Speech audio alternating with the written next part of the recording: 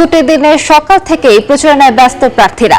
প্রচারণার আরো খবর জানাতে এই মুহূর্তে রাজধানীর আফতাবনগরে আছেন সহকর্মী নাইম হাসান। সরাসরি চলে যাচ্ছি তার কাছে।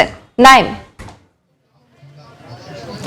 নির্বাচনী উত্তাপ ছড়িয়ে পড়েছে ঢাকার বিভিন্ন পাড়া মহল্লা ও এলাকার অলিগলিতে। আজকে আমরা এই মুহূর্তে আছি ঢাকা 11 আসনের আফতাবনগরে, যেখানে নির্বাচনী প্রচারণা চালাচ্ছেন এনসিপি মনোনীত প্রার্থী নাহিদ ইসলাম। মূলত আজকে সকাল 7টা থেকেই তিনি এই প্রচারণার কার্যক্রম শুরু করেছেন, যেটি শুরু হয়েছিল আফতাবনগর এলাকা থেকে।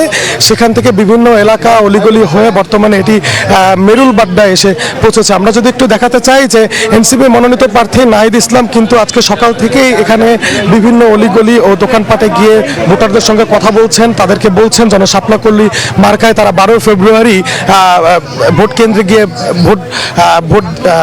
ভোট প্রদান করেন। এছাড়াও আমরা কিন্তু দেখেছি যে এছাড়া নাহিদ ইসলামের সঙ্গে আজকে তার এই নির্বাচনী প্রচারণা যেমন অংশগ্রহণ করেছেন নেতাকর্মীরা, এছাড়াও রয়েছে শেরে বাংলা একে ফজলুল হকের নাতিনি, যিনি আজকে সকাল থেকে হচ্ছে নাহিদ ইসলামের সঙ্গে এই আফতাবনগরের বিভিন্ন অলিগলিতে তিনি এই ভোটের প্রচারণা কার্যক্রমে অংশগ্রহণ করেছেন। আমরা যদি একটু দেখাতে চাই যে এই মুহূর্তে নাহিদ ইসলাম প্রবেশ করেছেন ঢাকা 11 আসনের যে ধানের শীষ মনোনীত প্রার্থী এম এ কাইয়ুম, তারই একটি প্রচারণা কেন্দ্রে। সেখানে গিয়েও কিন্তু তিনি হচ্ছে ভোটারদের কাছে শাপলাকলি মার্কায় ভোট চেয়েছেন। এছাড়া আমরা আজকে সকাল থেকে নাহিদ ইসলামের সঙ্গে কয়েকবার কথা বলেছি।